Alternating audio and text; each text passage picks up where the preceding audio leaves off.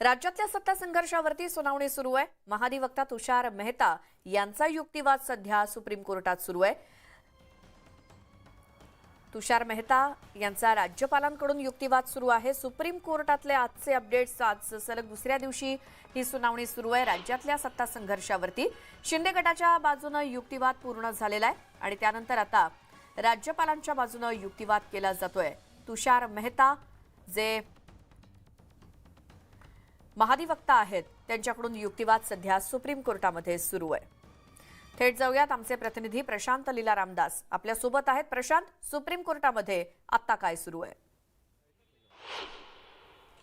अतिशय महत्वाची टिप्पणी ही खास करून भारताचे सरन्यायाधीश धनंजय चंद्रचूड यांनी केली आहे। सरकार पडेल असे कृत्य राज्यपालांनी करायला नको होते अशा प्रकारचं त्यांनी वक्तव्य केलं आणि लोकशाहीसाठी हे घातक आहे।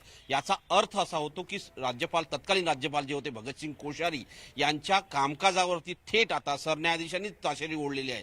त्यामुळे तुषार मेहता जे राज्यपालाच्या वतीनं युक्तिवाद करताय, महाधिवक्ते आहे, त्यांची सुरुवात आज सकाळी त्यांनी 11 वाजता आपल्या युक्तिवादाला सुरुवात केली आहे। महत्वाचं म्हणजे आतापर्यंत विविध पद्धतीचे युक्तिवाद झाले। या युक्तिवादाची दिशा कशी होती हे सांगण्याकरता माझ्यासोबत ॲडव्होकेट विशाल जोगदंड आहे, सुप्रीम कोर्टातले ज्येष्ठ वकील आहे। सर, आपलं स्वागत आहे न्यूज 18 लोकमध्ये। सर, आता जर बघितलं आपण तर तुषार मेहता युक्तिवाद करतात। तुषार मेहता युक्तिवाद करताना मुद्दे काय प्रमुख त्यांचे?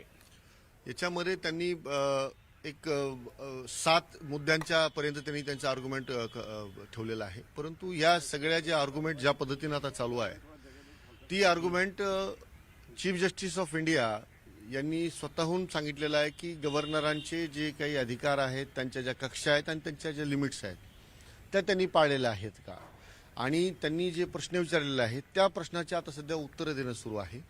म्हणजे एकंदरीत जर आज पाहिलं तर ज्या पद्धतीनं युक्तिवाद सुरू आहे, केंद्र सरकारचे जे वकील आहेत तुषार मेहता जे बोलत आहेत आज, त्यांनी त्यांचा जो रोख ठेवलेला आहे तो असा आहे की गव्हर्नरांनी घेतलेले जे काही डिसिजन आहेत त्याच्यामध्ये त्यांनी विश्वास प्रस्ताव मांडायसाठीचं जे पत्र दिलं आणि त्याच्यानंतर ज्या पद्धतीनं सरकार बनलं नवीन, त्याच्यामध्ये त्यांनी जे काही पद्धतीनं काम केलेलं आहे ती कायदेशीर आहे, घटना सुसंगत आहे। संपूर्ण युक्तिवादादरम्यान एक अतिशय महत्वाचा मुद्दा मांडण्यात आला होता। तुषार मेहतांनी म्हटलं होतं की 40 मृतदेह गुवाहाटीवरून येतील असे वक्तव्य केले गेले। हे मृतदेह आम्ही थेट शवविच्छेदनासाठी पाठवू असेही म्हणण्यात आले होते। ये तो टेलर है, पिक्चर अभी बाकी है अशी धमकी देण्यात आली होती। याचा उल्लेख करण्यामागे उद्देश काय आहे तुषार मेहतांचा?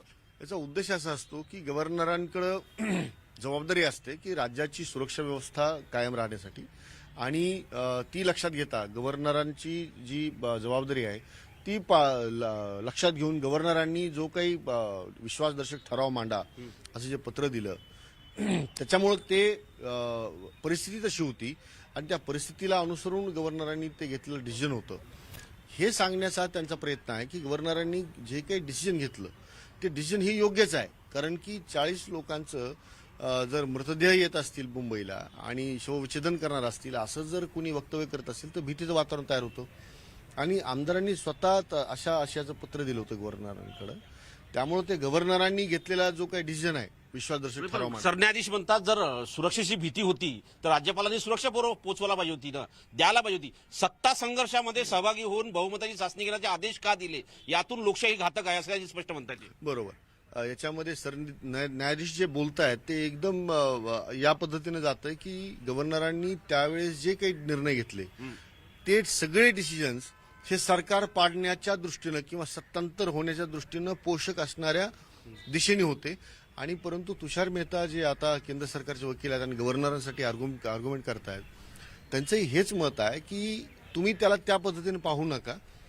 जर त्या आमदारांच्या जीवाला धोका होता, त्यांना सुरक्षा पुरवा असं पत्र दिलं गेलं होतं, परंतु ही परिस्थिती आटोक्यात आणण्यासाठी म्हणून गव्हर्नरांनी ते काही घेतलेलं डिसिजन आहे। नाही, विरोधी पक्षांनी पत्र राज्यपालांना देणे हे काही वेगळी नवीन बाब नाही आहे। सत्ता स्थापनेसाठी तुम्ही विरोधी पक्षाच्या पत्राला एवढं महत्व का दिलं गेलं असाही सवाल सरन्यायाधीशांनी केलाय। त्याच्यामध्ये कोर्टाकडून अशी विचारणा होत असते, परंतु याचा जे काही ऍक्च्युअल निर्णय लागत असतो त्याच्यामध्ये त्याचा काही फारसा परिणाम दिसून येत नसतो। त्यामुळे सध्या जे काही प्रश्न विचारले जातात याच्यावरून आपण दिशा नाही ठरवू शकत की ही केस कुठल्या बाजूला जाते। महत्वाचं म्हणजे जर बघितलं त्यांनी अजून एक महत्वाचं वक्तव्य केलंय की महाराष्ट्र राजकीयदृष्ट्या सांस्कृतिक राज्य आहे, मात्र अशा प्रकरणामुळे राज्याला कलंक लागतो आहे अशा प्रकारचं वक्तव्य भारताचे सरन्यायाधीश धनंजय चंद्रचूड करत आहेत। श्वेता, बरं प्रशांत, आणि आज हा दुसरा दिवस आहे सुनावणीचा आणि त्याचसोबत आता पुढे आणखी किती दिवस ही सुनावणी चालणार आहे, कोणाकोणाचे युक्तिवाद होणार आहेत, पुढचं काय सांगितलं गेलंय? महत्वाचं म्हणजे आज पहिला टप्पा जो होता जो साधारणतः तुषार मेहता यांचा युक्तिवाद होता राज्यपालांच्या वतीने.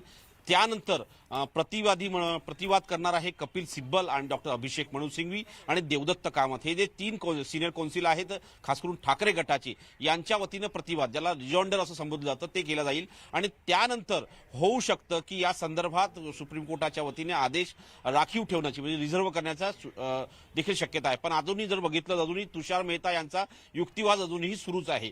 त्यांना काल सुप्रीम कोर्टाने स्पष्ट केलं होतं की साधारणतः आपण 1 तास युक्तिवाद करावा, त्यानंतर साधारणतः जो प्रतिवाद करण्याची संधी कपिल सिब्बल आणि डॉक्टर अभिषेक मनु सिंघवी यांना देण्यात येईल. पण अजूनही तुषार मेहता यांचा युक्तिवाद सुरू आहे. तो साधारणतः किती वेळ चालेल याच्यावरून आजची सुनावणी साधारणतः 4 वाजेपर्यंत चालतं किंवा उद्या पुन्हा या संदर्भात सुनावणी होते, हे देखील पाहणं अतिशय महत्त्वाचं ठरणार आहे. कारण की उद्या देखील कॉन्स्टिट्यूशन बेंच सकाळी बसणार आहे, त्यामुळे ही सुनावणी पुढे जाते का हे देखील पाहणं अतिशय महत्त्वाचं असेल. श्वेता.